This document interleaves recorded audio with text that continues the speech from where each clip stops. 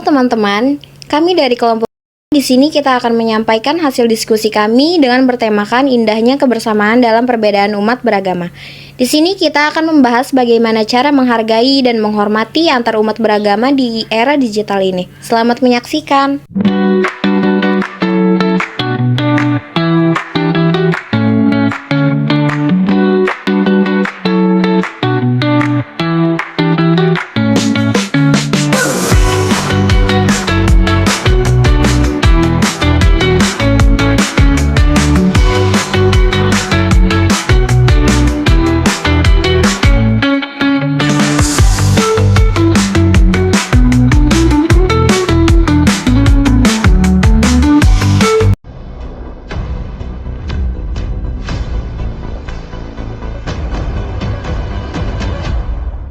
Before entering the story, the admin would like to disclaim first.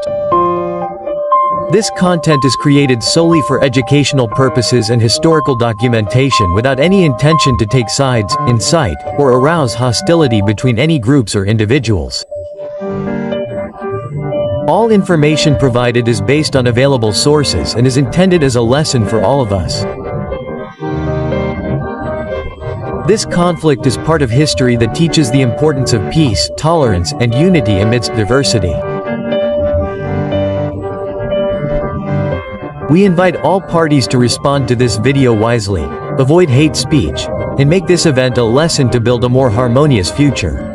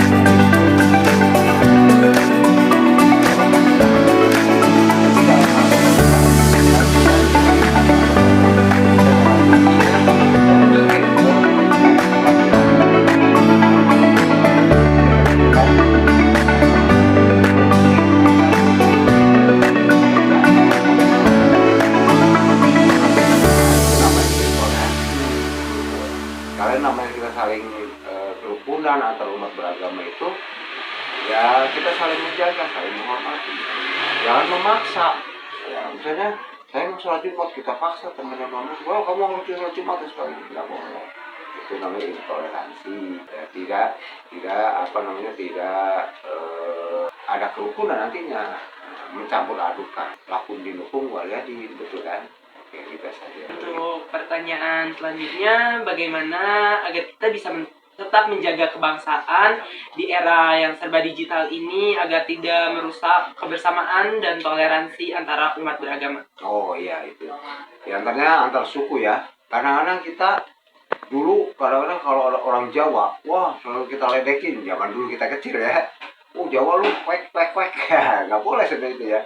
Itu nanti akan terjadi apa namanya, terjadi tidak kerukunan antar umat beragama, bisa antar suku kan begitu. Ya kita nih di Jakarta hidup nih, nggak mungkin orang Betawi semua di sini. Ada orang Sunda, ada orang Jawa, ada orang Batak, orang Padang, Bergu.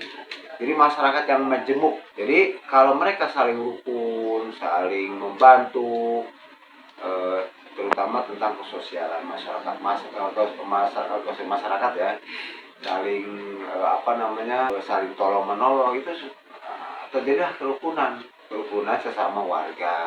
Jadi negara pun kalau dari RT sudah rukun, kan ada rukun tangga, ada rukun warga ya.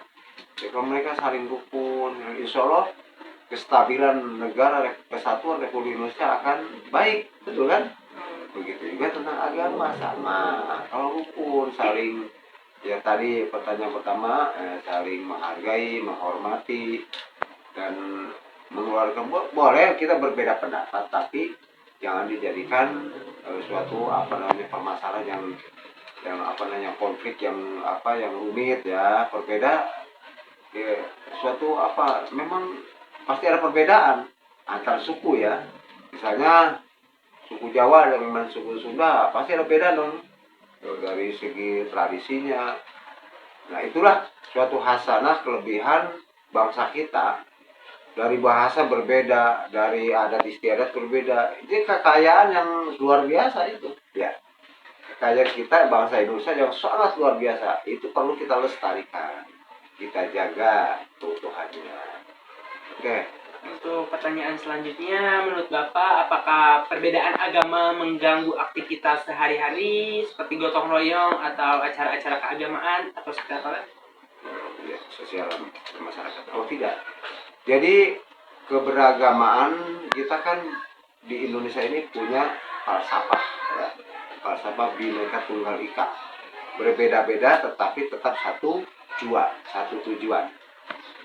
Ya, memang di Indonesia agama itu ada Islam, ada Kristen Protestan, ada Kristen Katolik, ada Hindu, Buddha. Jadi hasil dari proposal kegiatan dengan bertemakan indahnya kebersamaan dalam perbedaan umat beragama, yaitu Tapi kalau untuk kebersamaan dalam perbedaan umat beragama merupakan wujud nyata dari nilai toleransi yang diajarkan oleh setiap agama dan dijunjung tinggi dalam kehidupan berbangsa. Perbedaan keyakinan tidak seharusnya menjadi penghalang untuk hidup berdampingan, justru menjadi kekayaan yang membuat kehidupan lebih indah dan berwarna. Dengan sikap saling menghormati dan menghargai, tercipta suasana harmonis, damai, serta mempererat persaudaraan antar umat beragama. jadi masjid dibangunan oleh orang Kristen, ada tuh ya. Gereja dibangun oleh orang Muslim. Nah itu mereka saking damai, rukun ya, tapi nggak saling mengganggu ya gitu. Jadi kalau kita, yang saya katakan, untuk sosial kemasyarakatan seperti tadi contoh kerja bakti atau saling membantu orang yang membutuhkan, jual beli dengan non Muslim atau selain agama, ya silahkan saja. Keberagaman justru suatu hal yang mengasyikkan itu ya. Kecuali yang tadi saya katakan, kita untuk beribadah ya. Kalau beribadah dilarang saling mengganggu. Kita mau sholat Jumat, sedang naik Jumat khotib, ada yang non Muslim malah nyalain petasan di depan imam, meledak, kan kaget tuh. Itu namanya mengganggu. Nah orang Muslim pun ada, misalnya dia lagi acara apa misa ya, di gereja ya, bakal petasan juga. Nah, itu mengganggu, jangan kalau begitu. Justru kita harus menjaga kerukunan antar umat beragama. Dan yang saya katakan tadi, keberagaman itu adalah suatu anugerah, ya. Ikhtilaful umat rahmatan, kata Rasul aja begitu. Perbedaan umat adalah rahmat. Nah sekarang bukan hanya non muslim, kadang-kadang dalam satu agama, ya, ada misalnya orang NU, orang Muhammadiyah, ya, jangan dijadikan itu. Memang ada perbedaan, tapi perbedaan itu bukan merupakan suatu ganjalan, atau itu merupakan suatu ikhtilaful umat rahmat, kasih sayang, kata Nabi kan begitu, ya. Oke. Untuk pertanyaan selanjutnya, jikalau ada siswa yang berbeda agama, bagaimana cara Bapak untuk mendidik saling menghargai? Oh, ya. Kita mendidik anak yang sifatnya umum itu sama, ya. Kita saling kasih sayang, saling kita beri pendidikan, pengajaran yang sama, tidak membeda-bedakan. Kecuali urusan yang akidah. Misalnya kebetulan anak yang saya kebetulan ngajar agama Islam. Ya kita ajar agama Islam aja anak-anaknya gitu. Jadi yang non muslim ya nanti ada gurunya khusus gitu. Jadi nggak boleh dong kita orang anak-anak muslim diajarin yang non muslim, nggak boleh gitu. Karena agama itu ada suatu pedoman, ya. Nggak boleh bahasanya walaupun kita bisa nih. Saya ngerti tentang pendidikan agama Kristen, ya. Saya ngajarin anak Kristen, ya. Padahal kita orang muslim, nggak boleh. Jadi saya kebetulan orang muslim, kebetulan saya guru agama. Saya ajarkan kepada anak-anak didik kita.